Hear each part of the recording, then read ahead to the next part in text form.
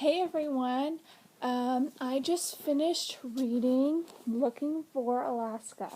Now this book is a novel, so it was very interesting, and it talked about death and how someone deals with death.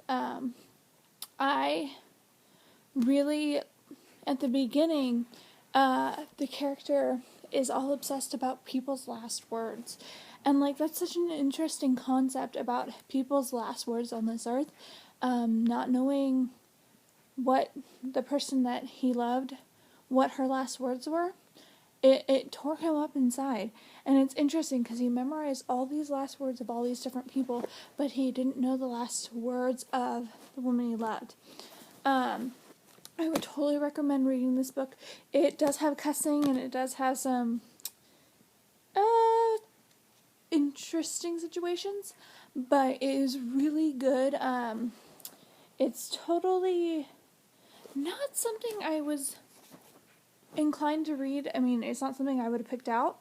I totally got it off the recommendations of two of my best friends, and they loved it, and I see why they love it, and I see how it deals with life and it deals with situations like death, and personally, I am a Christian, and so I already understand, for me, I believe that I'll go to heaven when I die because I believe in God.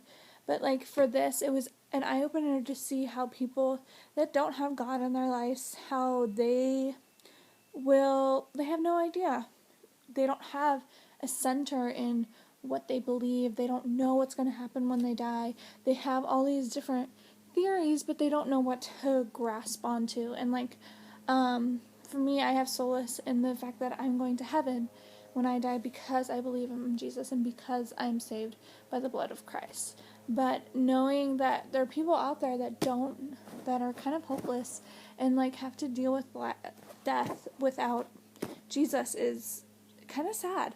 And so, totally religious spiel, but you should go pick up Looking for Alaska. It is 10 years old, so most of you have read it by now, but you will totally enjoy seeing life from a completely different perspective.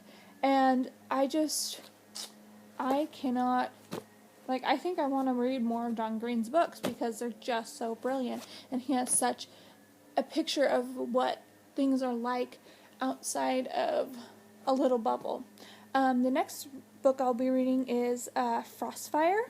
It's a newer book, and so I'm super excited to read it. And then I hope you enjoyed this book review. Subscribe, and I'll see you next time.